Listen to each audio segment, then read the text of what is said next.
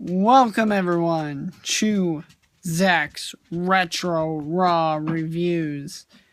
Right now, in this video, I will be talking about the inaugural episode of Raw from January 11th, 1993, which took place at the Manhattan Center in New York City, which I just found out last night thanks to one of my good friends on Twitter, at Reborn Again. Follow him. Cheap plug. There you go, John. That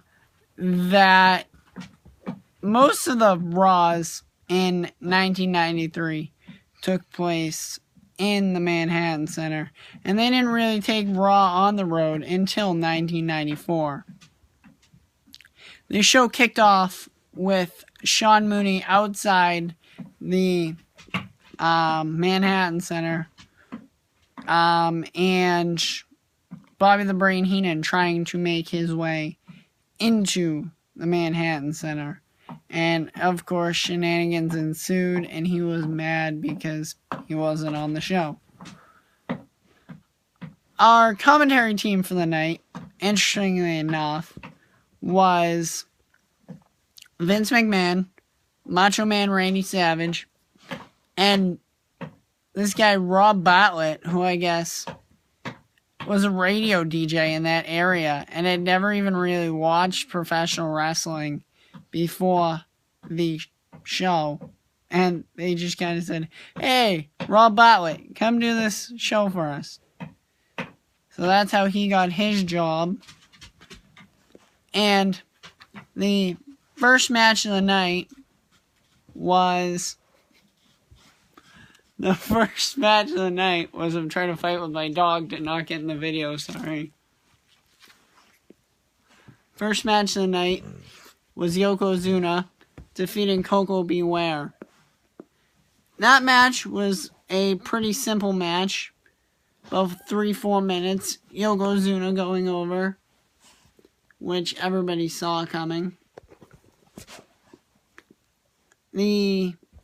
That was a decent match, and it still proved that Rob Bartlett was an idiot.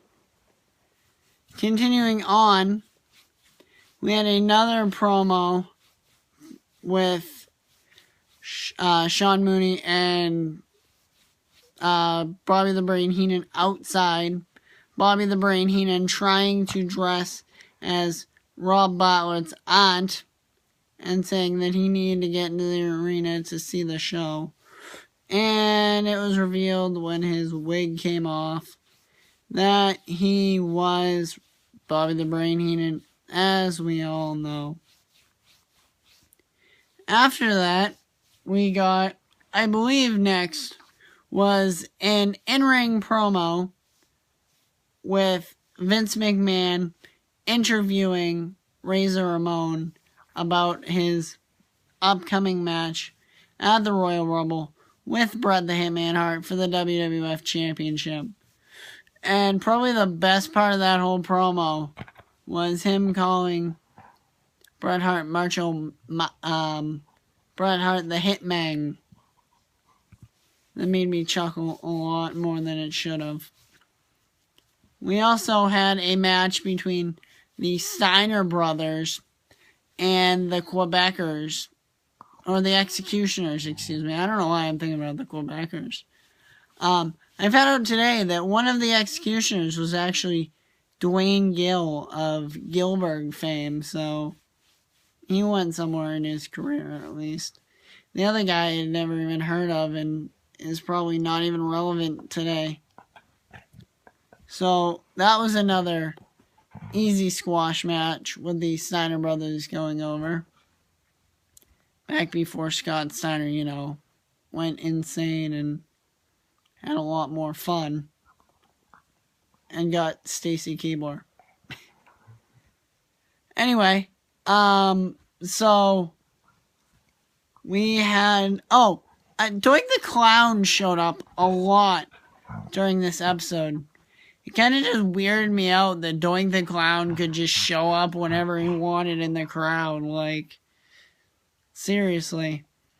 Anyway, continuing on, we had a good, probably the best match on the card was the Intercontinental title match between Shawn Michaels defending his title against Max Moon. Sorry about that. Max Moon, who I found out was Conan, I think, the other night. I found that out. Max Moon not going over in that match because he's never ever even been Intercontinental Champion. Sorry, my camera keeps moving. It's the damn dog. And I'm using the camera in my hand and she keeps moving around. Anyway, Max Moon did not win the match, but he put on a good outing. I would have liked to see more from Max Moon, but he hasn't been on an episode of Raw since the debut. Shawn Michaels, of course, winning, proving why he is the greatest wrestler of all time. And we got a promo for WWF Mania, which airs Saturdays at 10 on the USA Network.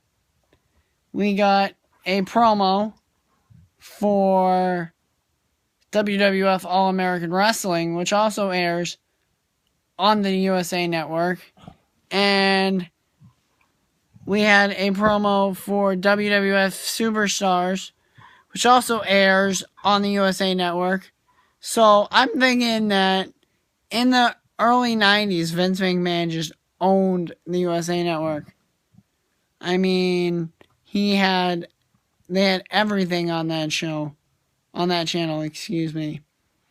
All-American Wrestling, WWF Mania, WWF Superstars, Monday Night Raw. I think there was another one, but I cannot remember the name of it off the top of my head, if there actually was one. So, yeah, WWF pretty much ruled the USA Network in the early 90s. We got a Royal Rumble report from, I almost said Howard Finkel, Mean Gene Okerlund, talking about the Rumble and what would be going on at that show, and talking about how Bobby the Brain Heenan keeps talking about how he's going to bring in this narcissist guy, and how he's going to prove to Mr. Perfect that the narcissist is better than perfect. And that was kind of interesting. It's funny though, because before we go to the main event, I want to talk about how on the inaugural episode of your new big show for your company, you don't even have your company's champion on the show. Like, Bret Hart was nowhere to be found except for a sponsorship commercial from Ico Pro. And that's the only time Bret Hart was really on the show. He was mentioned maybe once in the promo that Razor Ramon cut, and maybe once in the Royal Rumble report, but other than that, they didn't even really mention Bret Hart on the program. Your main event of that show was The Undertaker taking on Damien Demento. And that was just a glorified squash match because Damien Demento was a nobody and The Undertaker was like the biggest thing in 1993.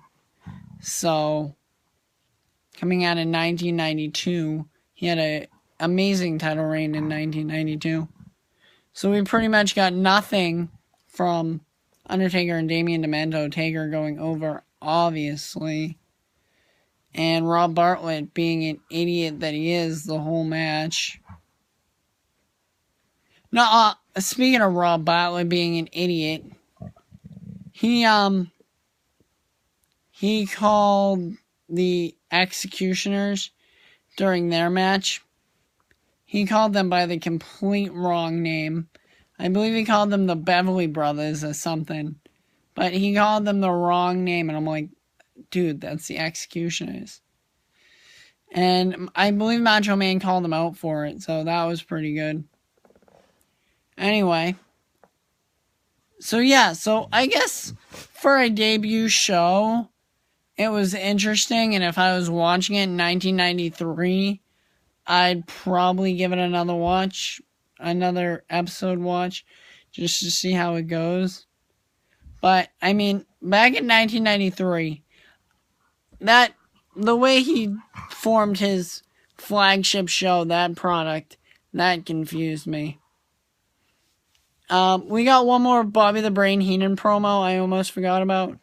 He pretended to be Rob Bartlett's Uncle Morty, and he obviously got caught for that. And then finally, at the end of the show, after the show was over, they let him in the building, and he was all excited only to find out, hey, the show's over. Anyway, that's Raw Episode 1, January 11th. 1993. In the next day or two, I'll be putting out another Raw review, so stay tuned for that. Please like this video, leave a comment, and subscribe to my channel for more. Until next time, guys, I'll see you later.